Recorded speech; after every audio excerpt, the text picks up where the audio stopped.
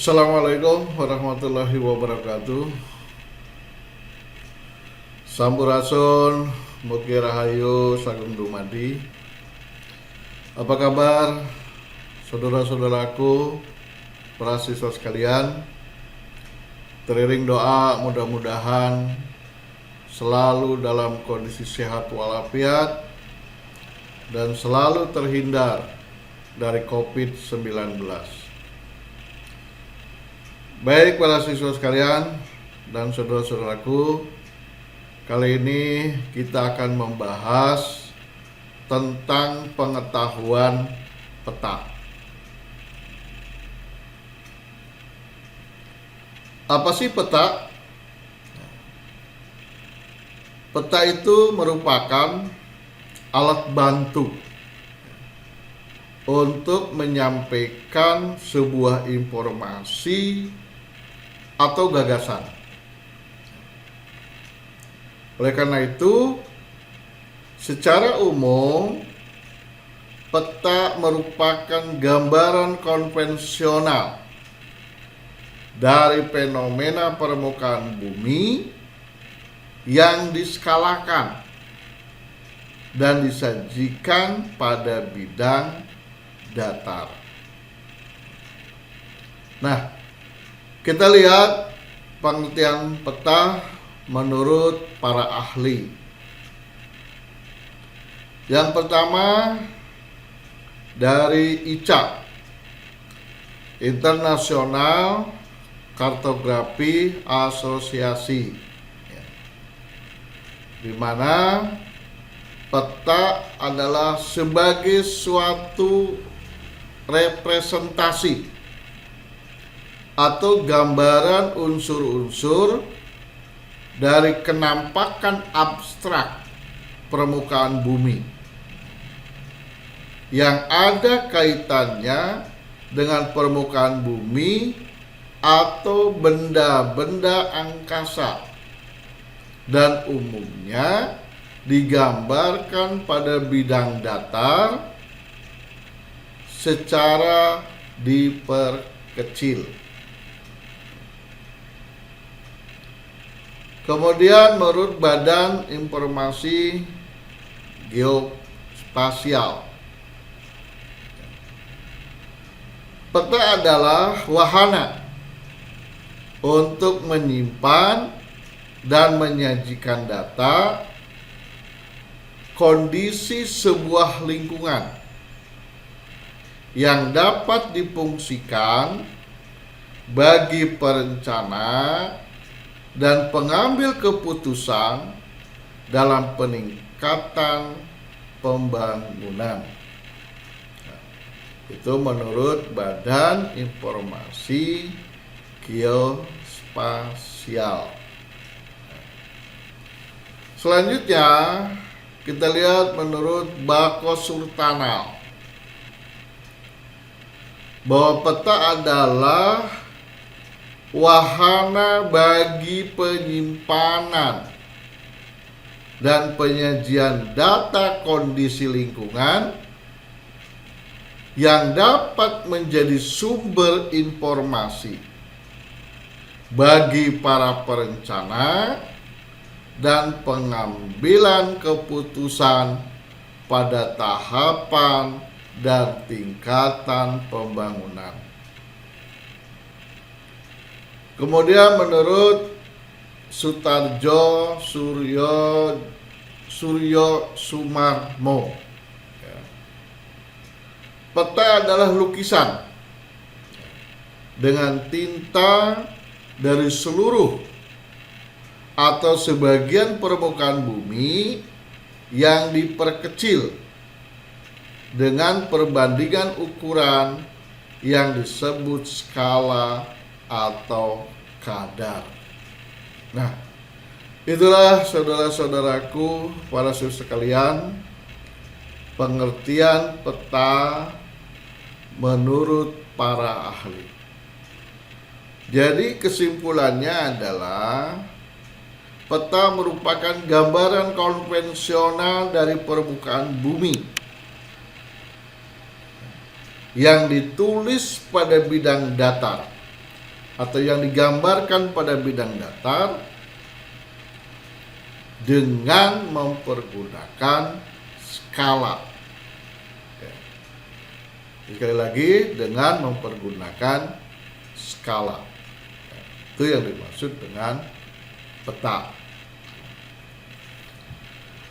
Apa syarat pembuatan peta? Nah, kalau dilihat dari fungsinya, peta itu pertama tidak boleh membingungkan. Yang kedua, mudah dipahami. Yang ketiga, bersih dan rapi. Artinya ditinjau dari estetikanya. Kemudian yang berikutnya, memberikan gambaran yang sebenarnya. Lanjut, teliti, dan sesuai dengan tujuannya. Yaitu syarat untuk membuat peta. Oleh karena itu, kalau kita membuat peta harus jelas, harus mudah dipahami, harus ada simbol-simbolnya, harus ada keterangan-keterangannya, artinya tidak membingungkan. Itulah syarat pembuatan peta. Nah, kemudian kita lihat jenis peta. Jenis peta ini banyak sekali, kita kelompokkan. Yang pertama kita lihat menurut isinya. Menurut isinya ada yang namanya peta umum. Contohnya ada peta topografi, ada peta korografi. Peta umum ini adalah menggambarkan peta secara keseluruhan, secara umum, secara global. Yang kedua adalah peta tematik atau peta khusus. Dan peta ini dibuat hanya khusus pada objek-objek tertentu. Misalnya peta curah hujan, peta tata guna lahan, bisa juga peta objek wisata, peta penyebaran barang tambang dan sebagainya. Itulah disebut dengan peta tematik. Berikutnya, kalau kita dilihat dari skalanya, kalau kita melihat peta dari skalanya, ada yang namanya peta kadaster, di mana peta kadaster ini skalanya itu antara 1:100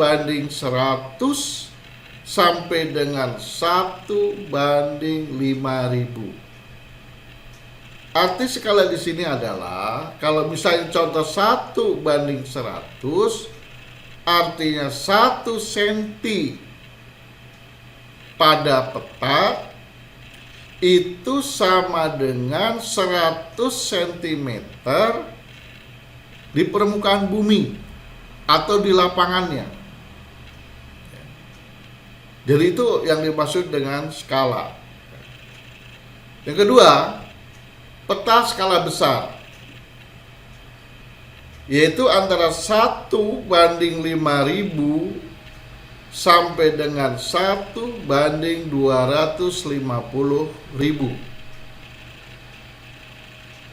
Kemudian peta skala menengah,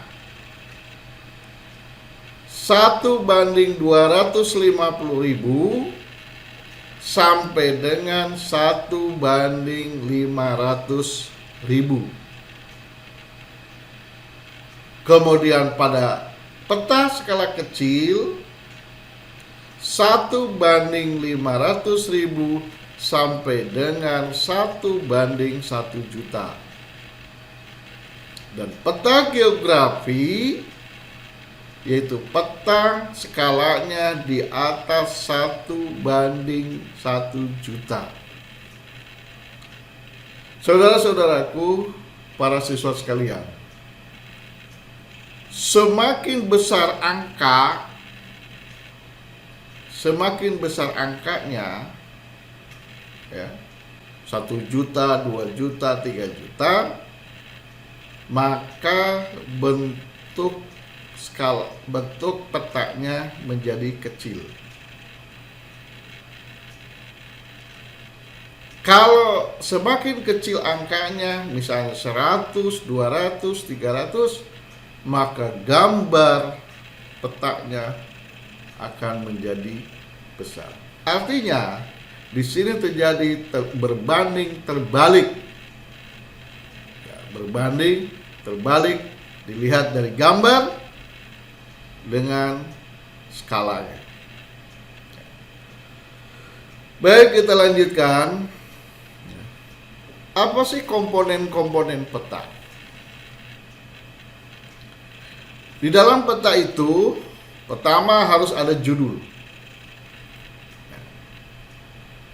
Judul ini menjelaskan peta apa yang dibuat. Kalau tidak ada judul, nanti si pembaca menjadi bingung. Ingat syarat-syarat membuat peta. Harus jelas. Yang kedua ada simbol peta. Simbol ini digambarkan dengan lambang. Misalnya sungai, bagaimana lambangnya, kota, ibu kota, bagaimana lambangnya. Simbol ini bebas, tetapi ketika kita membuat peta, pergunakanlah simbol-simbol yang sudah terbiasa, sehingga pembaca sudah paham. Kemudian yang ketiga adalah skala. Kalau kita membuat peta tanpa skala, itu kita bayangkan berapa besarnya lembaran kertas yang harus digunakan kalau kita saja mau membuat peta yang paling kecil di wilayah RT. Berarti kertas harus luas RT. Oleh karena itulah, maka menggunakan skala. Kemudian komponen berikutnya adalah garis astronomi. Kemudian juga garis tepi. Biar keindahan ada. Kalau menggambarkan peta itu harus mempunyai estetika keindahan. Kemudian sumber petanya diambil kapan. Sumber petanya juga harus dari mana asal kita membuat peta. Kemudian komponen berikutnya juga harus ada petunjuk arah, mana utara, mana selatan, mana timur, mana barat. Karena untuk memudahkan si pembaca. Kemudian komponen berikutnya harus ada grade peta. Ada legenda peta. Legenda di sini adalah keterangan-keterangan dari simbol-simbol. Jadi kumpulan simbol-simbol itulah namanya legenda. Kemudian ada insert peta. Kemudian ada juga tahun pembuatan peta.